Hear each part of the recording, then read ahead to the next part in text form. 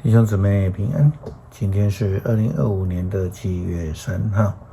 今天的经文是诗篇66篇第1节到第9节，列王纪下卷21章第1节到15节，罗马书第7章14节到25节。今天要跟大家分享的主题是律法与罪。上帝的诫命就是为了要让人遵行，并且活出合乎上帝旨意与特质的生命。不遵守上帝诫命的人，就是得罪了上帝，成为有罪的人。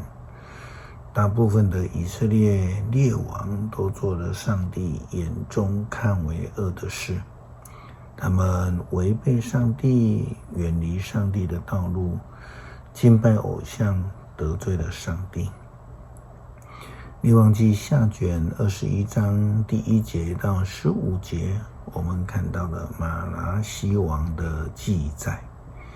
他除了做了邪恶的事，更在上帝的圣殿中造了偶像的祭坛。圣经记载说，马拿西12岁的时候做犹大王，在耶路撒冷统治了55年。他的母亲名叫邪西巴。马拿西做了上主看为邪恶的事，仿效上主在他子民推进时赶走的原先住民那可恶的行为。他重新建造他父亲希西家所拆毁的丘上神庙，又仿效以色列王亚哈的行为，筑祭坛拜巴力，造亚舍拉的女神的柱像。马拿西也拜星辰。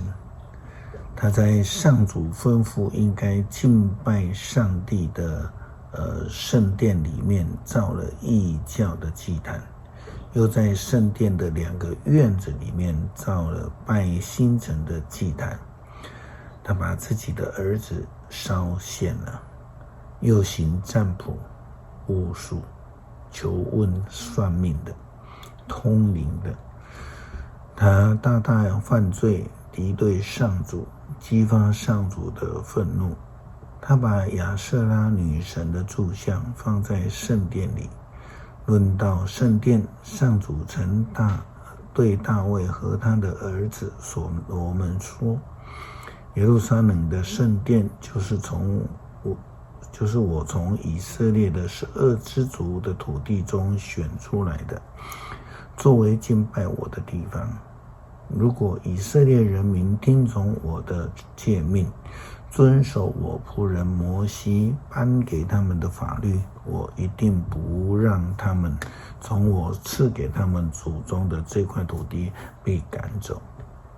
可是犹大人民不听从上主的命令，马拿西领他们犯罪，比上主从他子民面前赶出去的原先住民所犯的罪还要严重。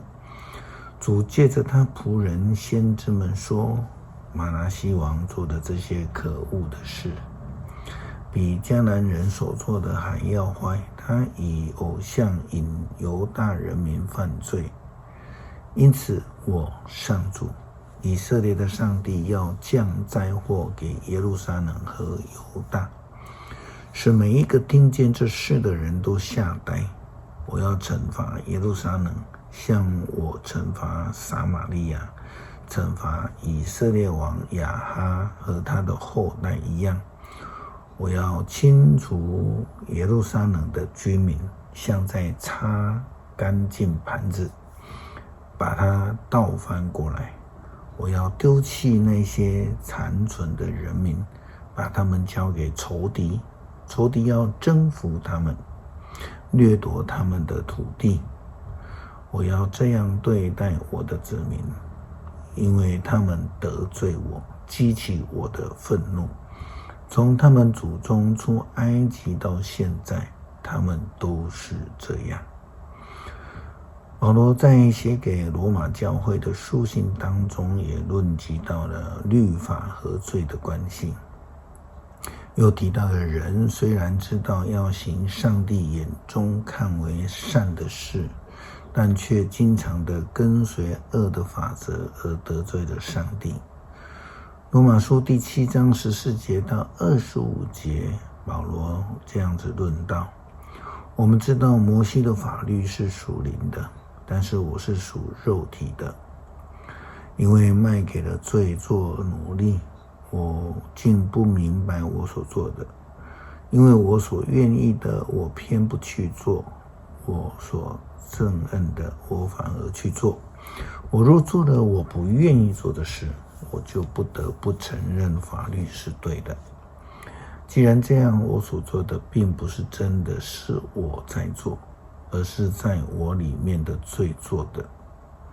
我也知道在我里面，就是在我的本性里面没有良善，因为我有行善的意愿，却没有行善的能力。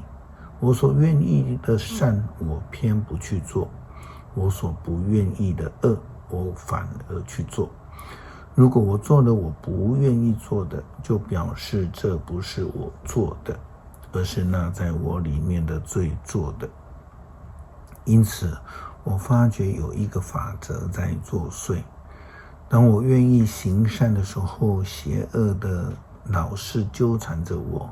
我的内心原喜爱上帝的法则，我的身体却受另外一个法则驱使，这法则跟我内心所喜爱的法则交战，使我不能脱离那束缚我的罪的法则。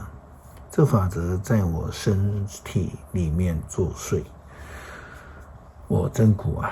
谁能救我脱离这使我死亡的身体呢？感谢上帝，借着我们的主耶稣基督能够救我。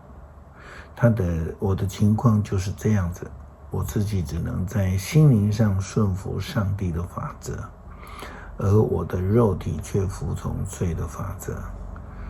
保罗明白的坦诚，只有耶稣基督才能救他，他也只能透过顺服上帝的法则，才能从罪中得到救赎。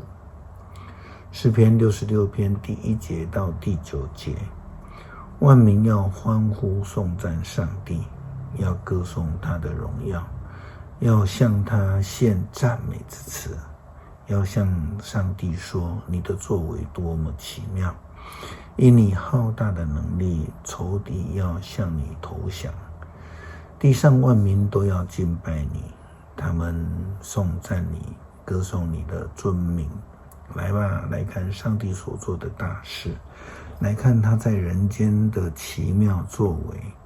他把海变成陆地，使我们的祖先步行过去。我们在那里因他的作为欢乐。他以大能永远掌权，他的眼睛鉴察万国。叛逆之徒啊，不可自高自大。万民啊，要颂赞我们的上帝，愿颂赞他的声音传遍四方。他保守我们的生命，使我们不至于跌倒。感谢上帝赐下救恩，使我们能够靠着主耶稣基督的宝血的救恩，而脱离凶恶以及罪的捆绑。求主帮助我们能够有心有余力来行善。祷告奉主耶稣基督圣名求，阿们。